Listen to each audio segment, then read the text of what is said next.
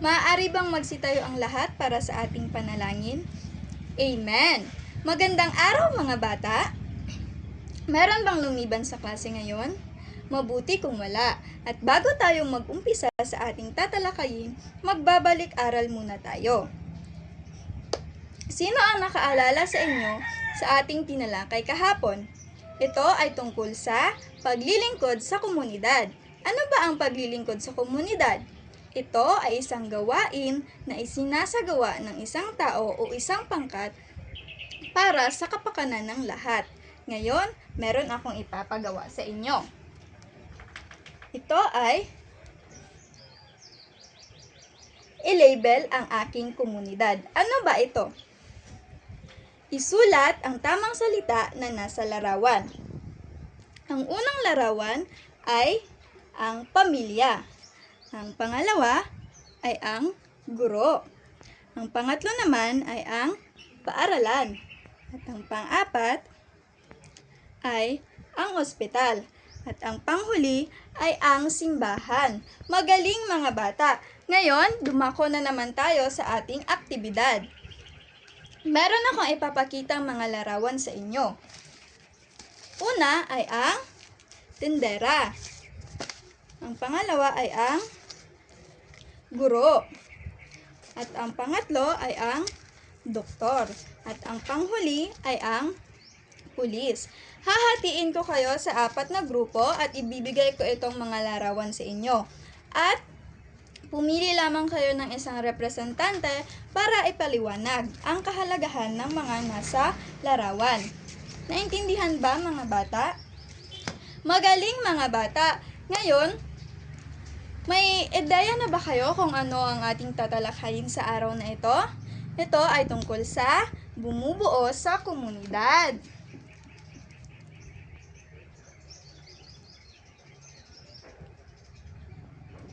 Bago tayo mag-umpisa, babasahin ko muna ang ating layunin sa araw na ito. Sa pagtatapos ng aralin, ang mga mag-aaral ay inaasahang matukoy at mabanggit ang mga bumubuo sa komunidad.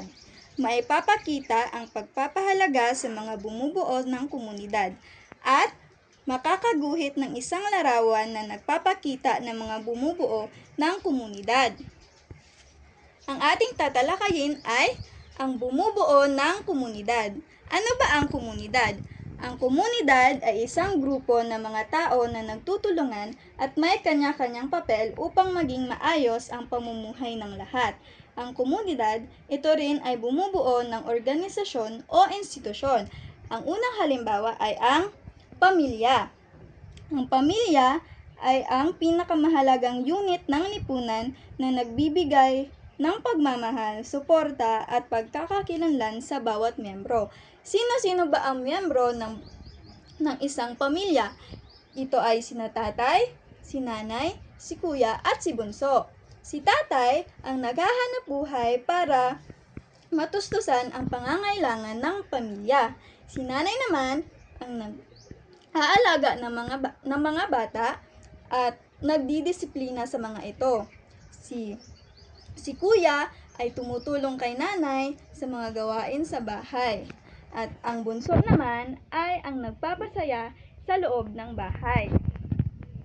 Dito sa pamilya, dito nag-uumpisa ang pagtuturo ng pagmamahal, pagrerespeto, hindi lang sa ating sarili, kundi pati na rin sa ating kapwa. Pangalawa ay ang simbahan, ay isang lugar ng pagsamba. Dito sa simbahan, dito ay natututo tayo na magdasal at syempre na lalaman natin ang mga salita ng Diyos. Pangatlo ay ang paaralan. Ang paaralan ay tumutukoy sa institusyon o gusali kung saan nag-aaral ang mga estudyante. Tulad sa inyo ngayon, nasa institusyon kayo ng komunidad na nasa paaralan. Dito, tayo ay natututo ng mga bagong aral, nakakakita tayo ng mga bagong mga kaibigan. At ang susunod naman ay ang ospital. Ang ospital ay tumutukoy sa isang institusyon kung saan nagbibigay ng isang serbisyong medikal. Dito tayo ay nagpapagamot.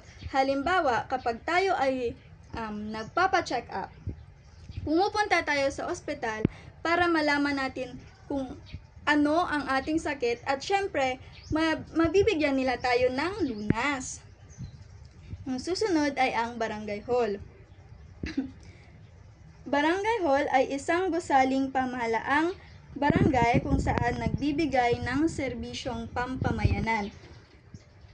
Lahat tayo sa ating barangay ay merong barangay hall. Dito kapag tayo ay may kailangan, pumupunta tayo roon para mabigyan nila tayo ng serbisyo at mabibigyan nila tayo ng tulong.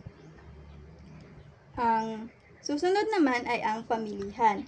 Pamilihan ay isang lugar kung saan dito tayo bumibili ng ating pangangailangan. Ano ba ang ating mga pangangailangan? Ito ay ang pagkain, tubig, at damit. Kailangan natin ito sa pang-araw-araw natin na gawain. Dito tayo bumibili ng ating mga pangangailangan sa pamilihan. At ang panghuli ay ang pook libangan. Ito ay tumutukoy sa isang lugar upang maglaro at magsaya. Dito ay naglalaro ang mga bata upang magsaya at syempre magkakaroon ng mga bagong kaibigan. May naintindihan ba kayo sa ating aralin ngayon mga bata? Kung meron akong ipapagawa sa inyo. Panuto, tukuyin ang mga bumubuo sa ating komunidad. Ang mga sagot ay makikita sa kahon at isulat ito sa papel. Magaling mga bata! Ngayon, sa ating takdang aralin, isulat ninyo ito sa inyong assignment notebook.